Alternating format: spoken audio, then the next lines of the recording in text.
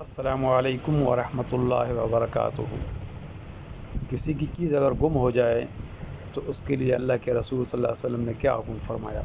ایک شخص نے نبی صلی اللہ علیہ وسلم سے گری پڑی چیز کے بارے میں پوچھا تو آپ نے فرمایا سال بھر تک اس کی پہچان کراؤ، پھر اس کا سر بندہ، اس کا برتن، اس کی تھیلی پہچان لو، پھر اسے خرچ کر لو، اور اگر اس کا مالک آ جائے تو اسے ادا کر دو۔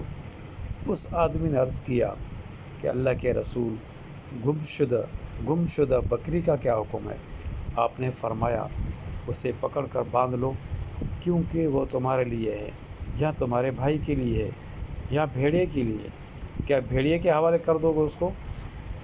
اس آدمی نے عرض کیا کہ اللہ کے رسول، گم شدہ اونٹ کا کیا حکم ہے؟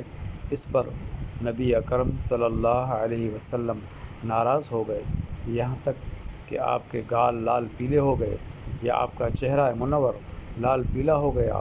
آپ نے فرمایا تم کو اس سے کیا سروکار؟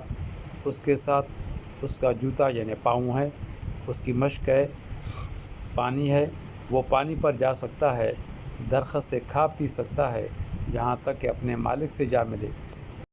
اس چینل کو سبسکرائب کریں، لائک کریں اور بیل آئیکن کے بٹن کو ضرور پریس کریں تاکہ ہر نئی آنے والی ویڈیو آپ تک پہنچے۔ اپنا خیال رکھیں، ہمیں دعاؤں میں یاد رکھیں۔